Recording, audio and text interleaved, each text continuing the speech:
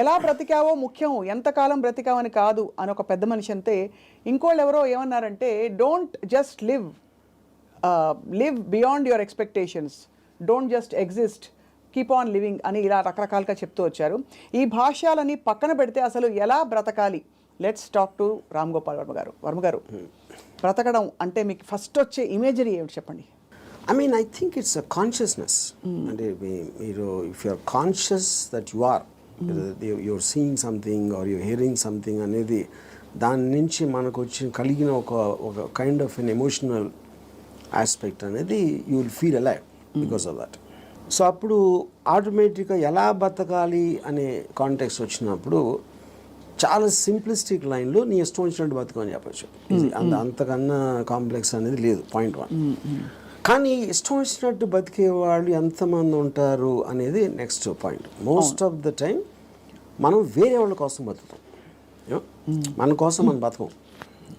Because ఇప్పుడు మీరు కాన్షియస్గా మీరు పుట్టినప్పుడు ఆబ్వియస్లీ మీ పేరెంట్సో లేకపోతే పక్కన మీ సిబ్లింగ్సో ఇలాంటి వాళ్ళతోటి ఒక యాజ్ యూ కీప్ గ్రోయింగ్ మిమ్మల్ని కంటిన్యూస్గా ఒక ఇన్ఫ్యూజ్ చేస్తూ ఉంటారు. నువ్వు తమ్ముని బాగా చూసుకో, లేకపోతే అది చూసుకో, ఇలా చెయ్యి, అలా చెయ్యి, ఇది చేస్తే తప్పు అని constantly. Like Ayn Rand wrote a very beautiful article in a book called The New Left, Anti-Industrial Revolution. ఇందులో ఒక చాప్టర్లో కంప్రాచ్యూస్ అని, అది కంప్రాచ్యూస్ వర్ ఏన్షియంట్ ట్రైబ్. వాళ్ళు ఏంటంటే మనుషుల్ని డిస్ఫిగర్ చేశారు. వాళ్ళు లావ్ అయిపోయి లేకపోతే సన్నగా అయిపోయి సర్కస్లో ఫ్రీక్స్ షోస్లో పెట్టేవాళ్ళు. వాళ్ళని చూసి జనాలు ఎంటర్టైన్ అవ్వడానికి. యూనో, సో Ayn Rand ఏముందంటే, modern day comprachicos are smart, they don't distort bodies, they distort minds.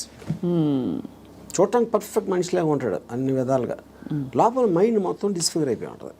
ఆ డిస్ఫిగర్మెంట్ ఎక్కడి నుంచి వస్తుంది? సొసైటల్ పర్పసెస్ కోసం మీకు సిన్, పాపం, పుణ్యం, legal, illegal, moral, social acceptance, ఇలాంటి 5-6 బంధాలతోటి మీరు ఇష్టం వచ్చినట్టు బతకకుండా అవతల వాళ్ళకి నచ్చేలా బతకటం అనేది ఒక ప్రోగ్రామ్ చేస్తారు.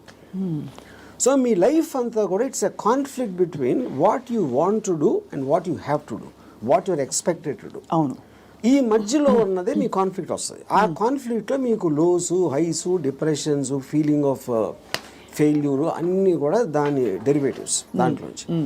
సో ఏ రోజైతే యువర్ ఎవ్రీ డెసిషన్ మీరు కాన్షియస్గా మీకోసం తీసుకున్నప్పుడు మీకు కాన్ఫ్లిక్ట్స్ అని ఉండవు అసలు. బట్ అసలు ఆ చుట్టూ ఉండే ప్రపంచం నుంచి కట్ ఆఫ్ చేసుకునే ప్రక్రియ చాలా క్లిష్టమైనది. That's the most difficult part. చాలా మందికి మీరు చెప్తున్న విషయాలన్నీ బుర్రకి బోధపడతాయి, బట్ బయటికి రావడం కష్టం అవుతుంది.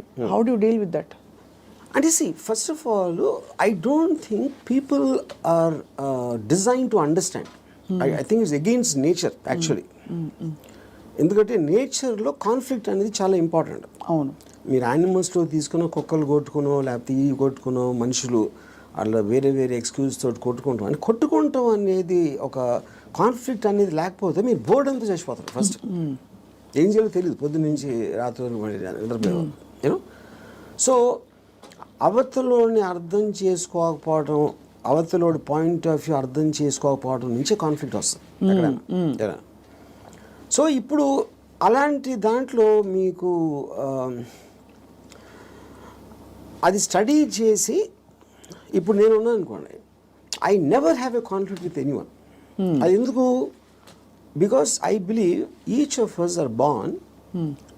మనం బార్న్ అయినప్పుడు ఒక బ్లాంక్ మైండ్తో పుట్టాం. నేను పుట్టిన సర్కమ్స్టాన్సెస్లో నా పేరెంట్స్, నా చుట్టూ ఉన్నోళ్ళు, నా ఎక్స్పీరియన్సెస్, నేను చదివిన బుక్స్ ఇవన్నీ కలిపి దాని రెసిడ్యూ నుంచి నా పర్సనల్ డెవలప్ అవుతుంది. That will be completely different with you. ఎందుకంటే మీరు పుట్టిన సర్కమ్స్టాన్స్, దాకా నేను చెప్పిన ఫ్యాక్టర్స్ అన్ని మీకు వేరు ఉంటాయి. అవును, each and every person will have a different thing. అప్పుడు నన్ను మీరు అర్థం చేసుకోవాలని అనుకుంటాం. First of all that is a fundamental mistake. అప్పుడు ఆ పరిస్థితి లేనప్పుడు మీరు ఐదర్ బ్లైండ్గా నన్ను నమ్మాలి, ఒక రిలేషన్షిప్ ఆస్పెక్ట్లో ఒక పార్టీయో గ్రూపో లేకపోతే ఎంప్లాయీ గాను, ఎక్స్ గాను, వై గాను. But deep inside me personality ఉండదు. అది ఎంత స్ట్రాంగ్గా మీరు బయట పెట్టగలుగుతారు, దాస్తున్నారా లేకపోతే మీకు మీరే గిల్టీగా ఫీల్ అవుతున్నారా, ఏంటి ఇలాగా ఆలోచిస్తున్నాను అని. ఇప్పుడు ఫర్ ఎగ్జాంపుల్ 10 commandmentsలో one of the biggest commandment is thou shall not covet thy neighbour's wife. అవును, కరెక్ట్. అంటే ఇప్పుడు అది రాసినప్పుడే ఇలాంటి బుద్ధులు ఉంటాయని వాళ్ళకి అర్థమైంది, ఎవరైతే రాశారో దేవుడా ఎవర్ ఇట్ ఈస్. అప్పుడు నేనేమంటానంటే పక్కింటోడి భార్య అని చూడకూడదు, కరెక్టే, కానీ పక్కింటోడి భార్య మేఘన్ ఫాక్స్ లాగా ఉంటే ఏంటి పరిస్థితి? అప్పుడు చూడకూడదు అనేది కరెక్ట్, ఓకే ఫైన్. కానీ మనకున్న మైండే మనకున్న బుద్ధో చూసేలా చేస్తుంది. కరెక్ట్. అప్పుడు ఏంటి మీరు సీక్రెట్గా చూస్తారు. సీక్రెట్గా చూస్తే ఓకేనా అంటే but that is again huge other aspect. Similarly నేను ఒక షార్ట్ పని చేస్తున్నా, నా బాస్కి నాకన్నా మంచి లైఫ్ స్టైల్ ఉంది, ఆడ కారు ఉంది, నా దగ్గర లేదు, ఆడ దగ్గర ఏదో ఉంది. అప్పుడు నేను ఈయన కొట్టేసి తీసుకోవాలని నేను అనుకోవచ్చు కదా, but then I'm stop by my fear or the legal aspect, తర్వాత కాన్సిక్వెన్స్ అని కొంతమంది చేసేయచ్చు, which will become criminals in the view of society. So ఇప్పుడు గుడ్ బ్యాడ్ అనేది లేదు, పాపం పుణ్యం లేదు, ఇవన్నీ కూడా మనం పర్స్పెక్టివ్స్లో క్రియేట్ చేసుకునే అర్థమైన రోజు మీరు నిజంగా చాలా హ్యాపీగా బతుకుతారు. That is what is called ఎలా బతకాలి అనేది అండర్స్టాండింగ్తో బతకాలి. Understanding of issues, understanding of conflicts, understanding of మీకున్న రిలేషన్షిప్స్. రైట్. అట్లా చాలాసార్లు ఏంటంటే సొల్యూషన్ కాకుండా they only want to talk about problems. Correct. ఎందుకంటే సొల్యూషన్ వచ్చేస్తే మళ్ళీ మీకు బరువు పడుతుంది, then you look for another problem. Because ఆ ప్రాబ్లం లేనిదే మనకు బ్రతకడం చేత కదనా. అంతే. ఇప్పుడు ఉదాహరణకి నాకు పెళ్ళి అయినప్పుడు I basically was Ilaiyaraaja fan. My wife use to like ghazals. మా ఇంట్లో ఒకే టైప్ పడుతుంది ఒక చిన్నది. ఇళయరాజా తనకేస్తుంది, నాకు గజల్ ఎలా కూడుతుంది. అప్పుడు నేను ఏం చేసేవాడిని, నేను రోడ్ మీదకి వెళ్ళి ఫుట్పాత్ మీద కూర్చుని వాక్మెన్ వినేవాడిని Ilaiyaraaja songs.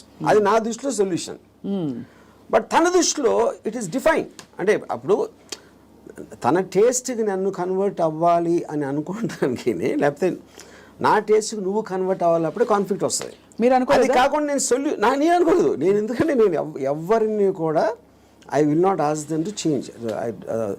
I will not ask anybody to live for నాలాగా బతకడం. నేను ఎవరిని అడగను, నా కోసం బతకమని నేను ఎవరిని అడగను. That individuality I think is the most biggest gift nature or God he's given us. ఆ ఇండివిజువాలిటీని మీరు సొసైటీ కోసం త్యాగం చేసినప్పుడే మీరు బతికే విధానం అంతా కూడా it will become a big headache. అసలు ఎలా బ్రతకాలి అనే క్వశ్చన్కి what is the trigger, possible trigger in anybody's life or journey? So ఇప్పుడు ఫర్ ఎగ్జాంపుల్ నేను నా ఆల్మోస్ట్ ఒక ఇంజనీరింగ్ కాలేజ్ ఫైనల్ ఇయర్ వరకు కూడా బతికాను అంతే. బతకడం అంటే ఎలా బతికాము, పొద్దున్న లేసాం, భోజనం చేసాం, టిఫిన్ తిన్నాం, ఏదో చదవమన్నారు చదివాం, స్కూల్కి వెళ్ళాం, ఎగ్జామ్స్ రాసాం, ఏదో ఫ్రెండ్స్ ఉన్నారు. అదే అంటే this is just routine, day after day of repetition of that. ఏ రోజైతే కాన్షియస్గా నేను ఒక ఫిల్మ్ మేకర్ అవ్వాలి అని ఒక ఆబ్జెక్టివ్ నేను తెచ్చుకున్నాను ఒకరోజు, వేరియస్ ఫ్యాక్టర్స్ అయి ఉండొచ్చు, అప్పుడు మీరు ఆ పర్టిక్యులర్ గోల్కి రీచ్ అవ్వటానికి ఒక డెసిషన్ తీసుకున్నారు కాబట్టి every day every minute becomes interesting. మీరు రీచ్ అవ్వకపోవచ్చు, చాలా ఫాస్ట్గా అవ్వచ్చు, లేకపోతే స్లోగా అవ్వచ్చు, కానీ ఎవ్రీ థాట్, మీరు బతికిన ప్రతి నిమిషం ప్రతి క్షణం దాని వైపు చూస్తున్నారు కాబట్టి మీరు అడుగు వేయటం ఉండదు. అడిగేసారా, పరిగెత్తారా, కింద పడ్డారా, మళ్ళీ లెగిసారా అంది, కానీ you are continuously travelling towards that is the right way to live. అప్పుడు దానికి ఆబ్జెక్టివ్ అనేది లేకపోయినప్పుడు నేను ఇందాక చెప్పినట్టు you are repeating every day అది without any change at all. So ప్రయత్నం అనేది ముఖ్యం, as long as you are walking in the direction of your dreams. కానీ దానికి ఆబ్జెక్టివ్ కావాలి, అదే మిషన్ ఆబ్జెక్టివ్. అక్కడికి నేను రీచ్ అవ్వాలి, ఇది చేయాలి, అదేం గొప్ప అవ్వట్లేదు, అది మీ ఇష్టం, అది ఏంటనేది. ఇప్పుడు మీరు సినిమా తీయాలనుకుంటారు, హిమాలయాస్కి నడిచి వెళ్ళాలి కూడా, అది కూడా ఆబ్జెక్టివే. ఏదైనా అవ్వచ్చు, ఎనీథింగ్ వాట్ యూ వాంట్, అది వేరే చెప్పింది కాదు. మీరు ఫీల్ అయ్యి ఇలా చేస్తే I will just have my happiness ఏదో మీరు అనుకున్నప్పుడు that process of living becomes completely different compared to just repeating every day. మీ దృష్టిలో అలా అనుకోవడానికి రోజువారీ చర్యలకి there is a conflict, because ఈ రోజువారీ చర్యలన్నీ కూడా సొసైటీనో ఇంకో కండిషనింగ్ ముసుగులో కొట్టుకుపోతున్నాం. సో అక్కడి నుంచి there is a distortion in the objective and the ఇది అంటారు. ఇది ఒక ఇంట్రెస్టింగ్ పాయింట్. ఇప్పుడు మీరు ఆబ్జెక్టివ్ అనేది it should never be a person. అంటే ఇప్పుడు నేను నా భార్యను ప్రేమిస్తున్నా, లేకపోతే నా కొడుకు కోసం, లేకపోతే ఎవరు అనదర్ హ్యూమన్ బీయింగ్కి రిలేటెడ్ ఉన్న దానికి ఆబ్జెక్టివ్ అనేది దట్ ఈస్ డేంజరస్. ఎందుకంటే that person is subject to change. అంతే కదా. యా, కానీ మీరు ఫిల్మ్ మేకర్ అవ్వాలంటే అది నా కంట్రోల్లో ఉంది. నేను మంచి సినిమా తీయగలుగుతాను, తీయడానికి ఎంత ట్రై చేస్తాను, ఏం చేస్తాను అనేది. What is in your control and only you can fail it, the other person cannot fail you. Yeah, correct. Me effort, me attempt అనేది మీ చేతిలో ఉంటుంది కాబట్టి you will never feel a sense of failure. ఇప్పుడు human రిలేషన్షిప్స్లో మీరు ఒక వ్యక్తిని నమ్ముకుని ఒక భార్యనో భర్తనో లేకపోతే ఒక ఫ్రెండ్నో లేకపోతే ఏదో అలాంటివి చేసినప్పుడు వాళ్ళు సబ్జెక్ట్ టు చేంజ్ కాబట్టి మీ 20 years 30 years జర్నీ తర్వాత one fine day you will be nothing. So అమ్మ కోసం ప్రేమగా పెంచి వాళ్ళని పెద్ద చేసి వాళ్ళకి చదువు చేపించి పెళ్లి చేసి ఫైనల్గా మిమ్మల్ని ఒక తను తాంతాడు. అప్పుడు it means wasting everything because that person change, you did not. Yeah, correct. Yeah, so that cannot be a driving being should never be the objective. Yeah. So what could be an objective then according to you? Like this.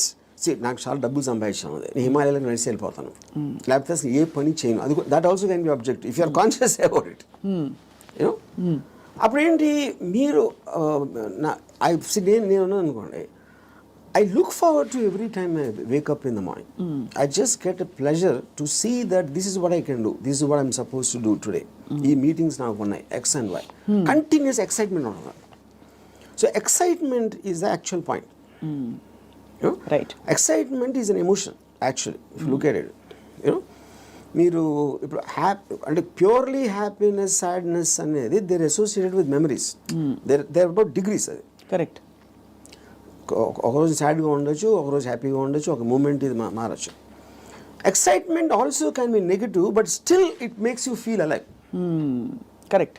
Yeah, because excitement is negative because it is temporary. Yeah, I mean, see, you have taken a decision where there is a certain risk, for example, but still that is exciting. Correct. Me adrenaline rush అయితే వస్తుంది కదా మీకు. So continuous excitement feel అవటం is the best way of living. ఎలా బతకాలంటే ఎక్సైట్మెంట్తో బతకాలి, one single word. అప్పుడు అది మీకు ప్యాషన్ ఇస్తుంది. You might yourself be psyching yourself up, but there is nothing wrong with that. మీరు ఒక దాన్ని ఆస్వాదించాలి అనేది ఆబ్జెక్ట్లో ఉండదు, అది మీరు ఫీల్ అయ్యే దాంట్లో ఉంటుంది. ఇప్పుడు నేను ఇంజనీరింగ్ కాలేజ్లో సినిమాకి వెళ్తే థియేటర్కి ఎంటర్ అయ్యే ముందు నాకు ఎక్సైట్మెంట్ ఫీల్ అవ్వండి. It was almost as strong as sexual excitement. అంటే ఒక ఏదో చూసేస్తున్నాను అక్కడ, ఏదో అయిపోతుంది అని ఒక అడ్రినలిన్ రష్ ఉండేది నాకు అసలు. And not only necessary films, it could be anything which excites me on a interesting ఆస్పెక్ట్లో. ఆ ప్లేస్కి వెళ్ళడం, లేకపోతే ఏదో ఒక ట్రావెల్ ఆస్పెక్ట్, ముదుమలై ఫారెస్ట్లో నడిచి వెళ్ళటం, everything I will create. And ఇప్పుడు అబ్జెక్టివ్ కూడా మీకు లాంగ్ టర్మ్ ఉండాల్సిన అవసరం లేదు. Objective can be short term. ఈ మంత్ ఎండ్ లోపల ఇది చేయాలి అంటే ఆ మంత్ అంతా కూడా మీకు ఎక్సైట్మెంట్ ఉంటుంది. Then you can change it to some other objective. Some other objective. So ఈ ప్రాసెస్లో నా లైఫ్ అయ్యే లోపల, నేను చచ్చిపోయే లోపల ఇది చేయాలి అలాంటి అబ్జెక్టివ్ అవసరం లేదన్న. ఈ ప్రాసెస్లో పొద్దున్న లేసి ఎక్సర్సైజ్ చేసి రోజుకి 10 push-ups అది ఇంక్రీజ్ చేసి 40 push-ups that also is an objective. చాలా మందికి నాకు ప్రపంచం చూసేయాలి, I want to travel and experience new things అని అవన్నీ ఉంటాయి. కానీ అడ్డొచ్చేవి ఏంటంటే కుటుంబం, భార్యను తీసుకుని వెళ్ళాలి, ఆఫీస్లో బాస్ లీవ్ ఇవ్వడు, చేతిలో డబ్బు లేవు, ఇవన్నీ. So how do you make peace? ఇది point.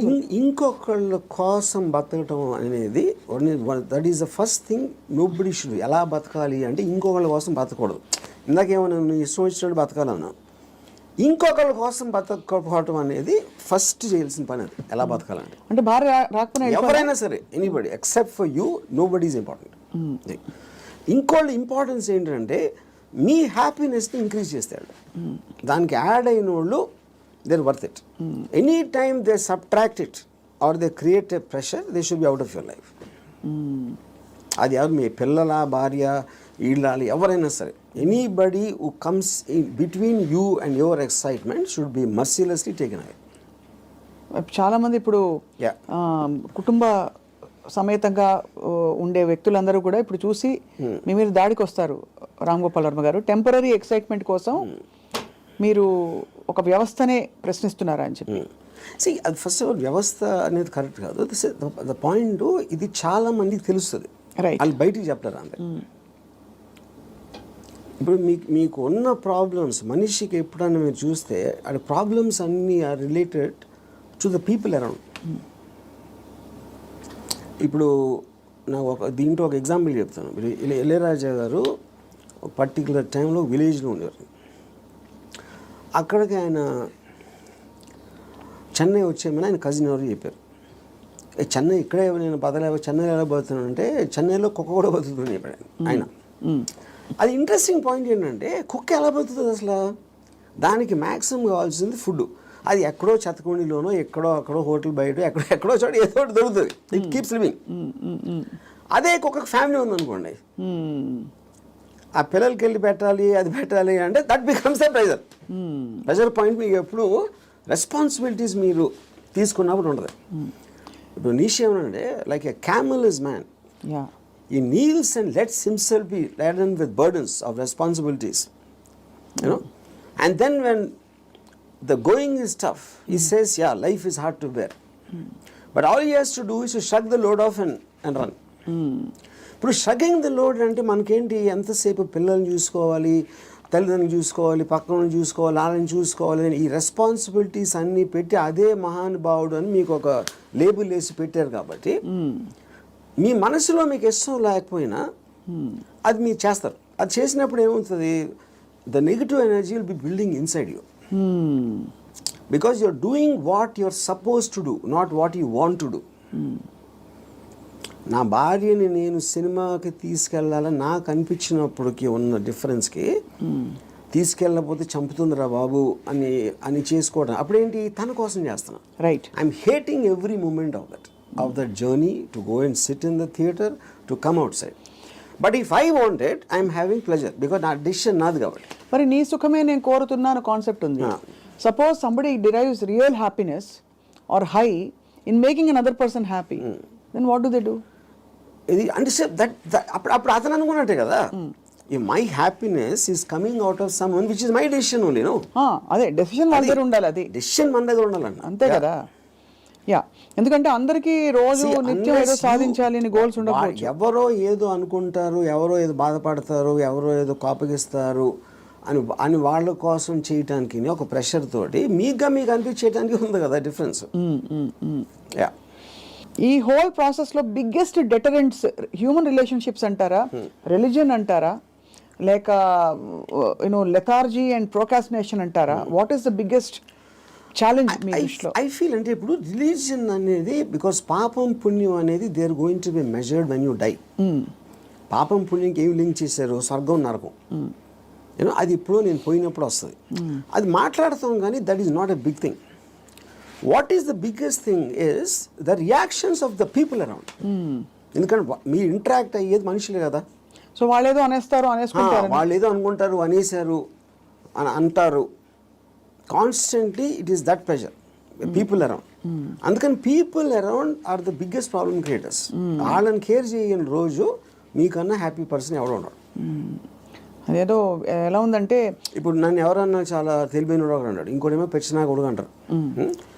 And both of them are correct. ఎందుకంటే వాడి పర్సెప్షన్లో అతనికి ఉన్న నాలెడ్జ్ వాటి నేను సేమ్ పర్సన్, కానీ అతను నన్ను చూసే విధానం ఇందాక నేను చెప్పిన ఎగ్జాంపుల్ లాగా వాడి వరల్డ్లో నేను వేరు. So I will be tolerant to that. ఇప్పుడు ఆడు పొగిడాడు అని నేను, ఎందుకంటే నేనేంటో నాకు తెలుసు. నేను అనుకునే దానికన్నా మీరు ఎక్కువ పొగిడితే మీరు ఫూల్ అనుకుంటాను, అనుకున్న దానికన్నా మీరు తను క్రిటిసైజ్ ఎక్కువ చేసినా ఫూల్ అనుకుంటాను. ఎందుకంటే my measurement is only me, I don't let someone else measurement. Yeah, ఈ కాంటెక్స్లో బిగ్గెస్ట్ డెటరెంట్ ఇస్ అటాచ్మెంట్ అని అనిపిస్తుంది చాలా వరకు. సో మీరు ఫర్ ఎగ్జాంపుల్ మీరు చాలాసార్లు ఓపెన్గా షేర్ చేసుకునేవి, రిలేషన్షిప్స్ నుంచి బయటకు వచ్చినప్పుడు ఇది నాకు this is coming in the way of my happiness and my objective what ever it is అని అనుకున్నప్పుడు దానిలో వచ్చే ఎమోషనల్ టర్మాయిల్ ఎలా డీల్ చేసుకున్నారు? అసలు ఎమోషనల్ టర్మాయిలే ఫీల్ అవ్వలేదా? ఇప్పుడు దీనికి ఒక ఎగ్జాంపుల్ అంటే నిన్నటి వరకు మనిషిని చూశారు, ఒక మనిషి మీతో రోజు భోజనం చేయడం, you're spending time with them. ఇవాళ నుంచి మీరు బ్రేకప్ అయిపోయాక మనిషి ఉండరు మీ లైఫ్లో. How do visualize that possibility? That is what I'm saying. ఇప్పుడు ఒక ఎగ్జాంపుల్ ఏమి ఇస్తానంటే, ఇప్పుడు I'm very fond of my father. Obviously నేను పుట్టిన తర్వాత స్కూలు గీలు అన్నీ అయిపోయి నేను ఇంజనీరింగ్ వచ్చాను. ఇంజనీరింగ్ కూడా అయిపోయిన తర్వాత అప్పటికి మా ఫాదర్ కొంచెం ఇన్సెక్యూర్, అంటే స్టూడియోలో జాబ్ ఉంటుందా, లేకపోతే కొత్త కొత్త టెక్నాలజీ వచ్చేసింది, సో రిటైర్మెంట్కి ఏం చేయాలి అనుకునే టైంకి ఆయనకి మా అంకుల్ ఎవరో ఒక షాప్ ఇచ్చారు. ఒక ఏదైనా ఈయన జ్యూస్ షాప్ ఏదో పెడదామని మా ఫాదర్ ప్లాన్. నేను అదే టైంలో ఒక వీడియో లైబ్రరీ పెడదామని నేను ఒక ఐడియా చేశాను. అది వెళ్ళి మా ఫాదర్ని అడిగా, నా షాప్ నాకేమో వీడియో లైబ్రరీ పెట్టుకుంటాను. మా ఫాదర్ నా దగ్గర ఏమనుకున్నా, తర్వాత మా అంకుల్కో ఎవరికో నేను రిటైర్మెంట్ కోసం ఉంచుకుంటే అది కూడా అడిగేస్తున్నాడు వాడు. ఇది మా అంకుల్ నాకు చెప్పారు. ఇంకా నాకు బార్ కూడా గుర్తుంది, మధు బార్ అని అమీర్పేటలో.